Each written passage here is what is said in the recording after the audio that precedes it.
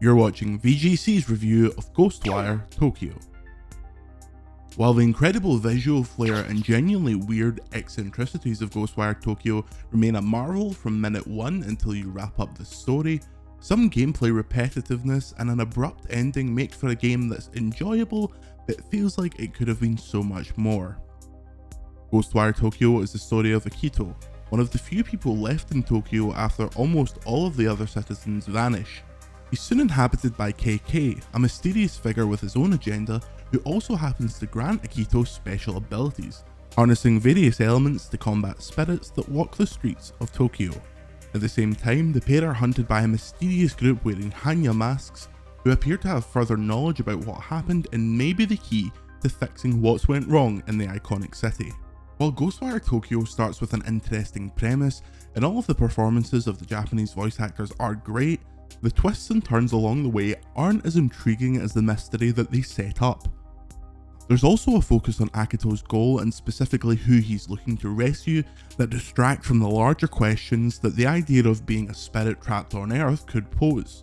These are better explored in the numerous side quests and detective files throughout the game, but it's strange that the main quest is so generic when so little else about the game is.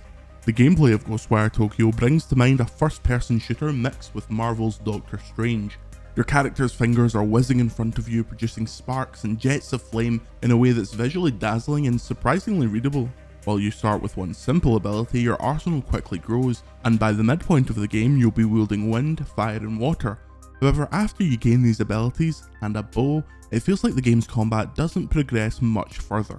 While you can upgrade the aforementioned powers and you can use other consumable abilities, you'll be relying on 3 main powers, and while they're effective, the way in which you take down your enemies doesn't feel particularly unique on an encounter to encounter basis.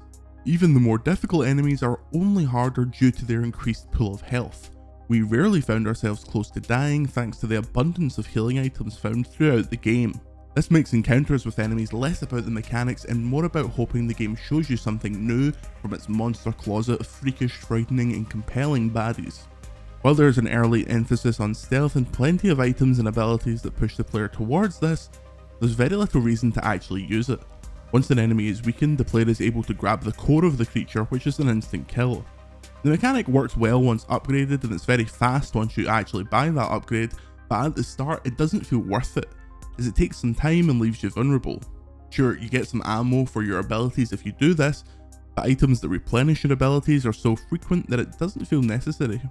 Much like the lack of any real danger when it comes to not having enough health, we didn't find ourselves switching too frequently between attacks. The game's boss fights, while visually incredible, fail to deliver in the gameplay department. While there are only a few of them throughout the game's surprisingly brief runtime, they're not very mechanically complex. For a game that's so unique in its visual language, the mission structure of Ghostwire Tokyo is surprisingly safe and generic. At multiple points throughout the game, you'll be tasked with cleansing torii gates, those iconic structures that are throughout Japan. In order to do this, you'll need to clear the area of enemies, stand in front of it for a few seconds. It essentially functions like an Assassin's Creed tower, however instead of revealing some of the map, it allows you to travel to new areas of the city that were previously covered in a deadly fog. This feels like a real misstep for multiple reasons. Firstly, while we understand gating the player into certain areas early, as the game progresses the map gets absolutely littered with the torii gates, and while they're simple to clear, they are tedious, and thus exploration beyond the areas that players have already cleared feels like a chore rather than something enticing. Secondly, one of the final objectives in the game is to clear a few of these areas of the deadly fog, at which point we perceived it as a small break in the action, but in reality it feels more like padding to lengthen the runtime. If you're following the game's main campaign and not exploring Tokyo at all, which would be a wasted opportunity, you could complete Ghostwire Tokyo in around 6 hours. We were genuinely shocked when a point of no return warning popped up when we assumed we were still in the first half of the game. There is plenty of game here if you're up for completing all of the side quests around Tokyo or collecting the frankly ridiculous number of wandering spirits, but the game's main campaign feels like it's only just gaining momentum when it's time for the credits to roll.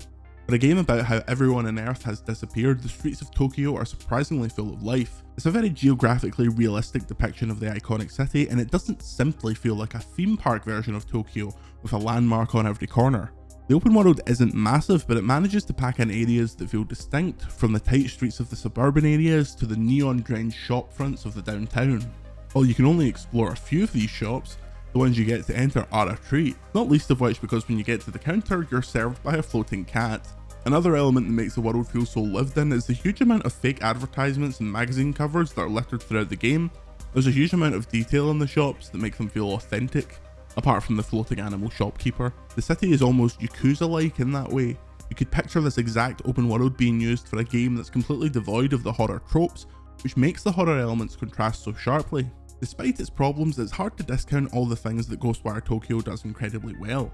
The atmosphere of skulking through the city streets is excellent, and the juxtaposition of the realistic city filled with these horrific creatures is a visual style that's hard to forget. While the mission structure could certainly be more interesting, and the game feels like it comes to an abrupt end rather than a graceful conclusion, it's an incredibly interesting game with combat that is fun even if it gets a bit stale towards the end of the journey. At times it feels like the game's incredible art direction, music and visual style deserve a game that's better mechanically, but when it all comes together, Ghostwire Tokyo is one of the most unique games in the AAA space and Shinji Mikami's most exciting release in over a decade, if you can ignore the gameplay stumbles. We give Ghostwire Tokyo 3 out of 5.